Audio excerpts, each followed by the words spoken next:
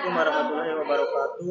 Kami dari kelompok 5 yang beranggotakan Selviana Muhammad, Mutiara Anwar, Maulid Lusni Botutihe.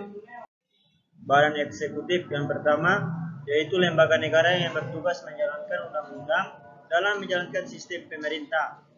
Yang kedua, tugas badan eksekutif menurut tafsiran tradisional asas trias politika hanya melaksanakan kebijakan-kebijakan yang telah ditetapkan oleh badan legislatif serta menyelenggarakan undang-undang yang dibuat oleh badan legislatif.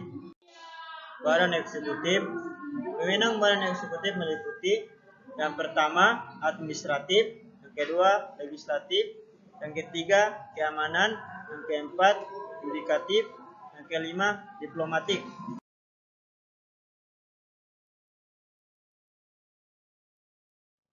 Badan eksekutif Indonesia yang pertama, para demokrasi terpimpin. Kedua, badan eksekutif terdiri dari presiden serta wakil presiden sebagai bagian dari eksekutif yang tidak dapat diganggu gugat.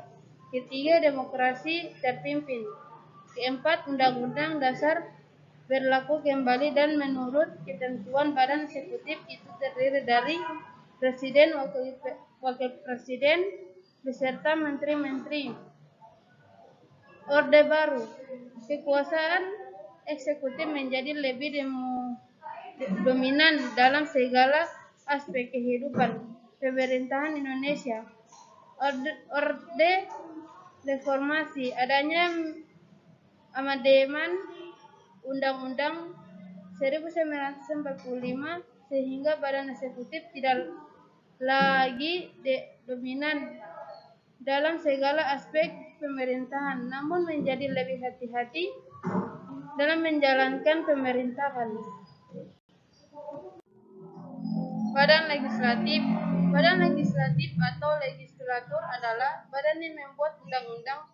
Terdapat dua macam jenis dalam badan legislatif.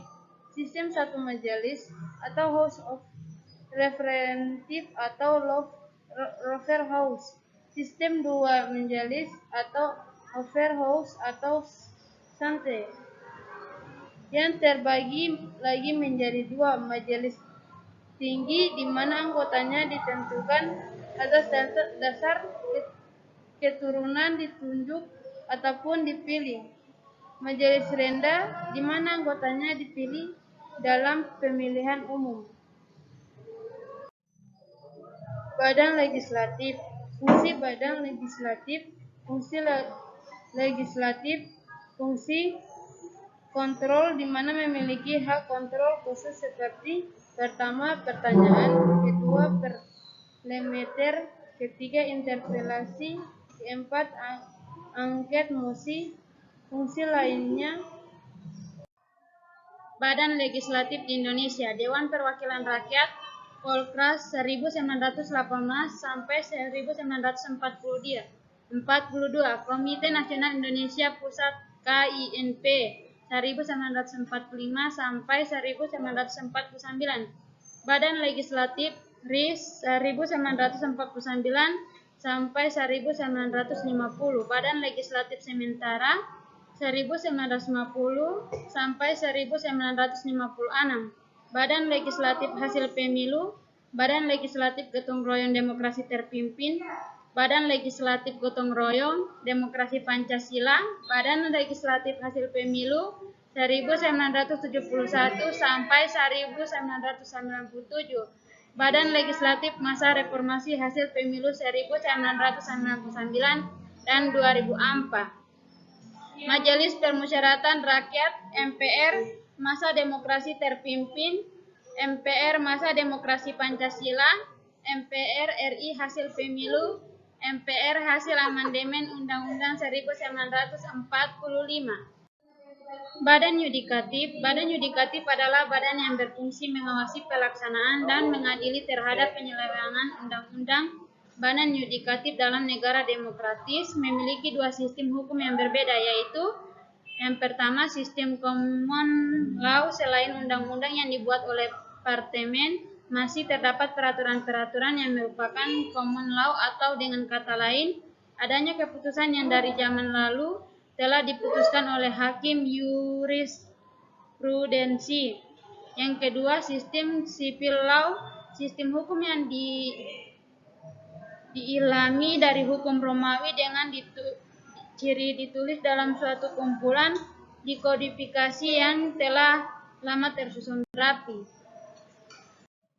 Kekuasaan badan yudikatif di Indonesia.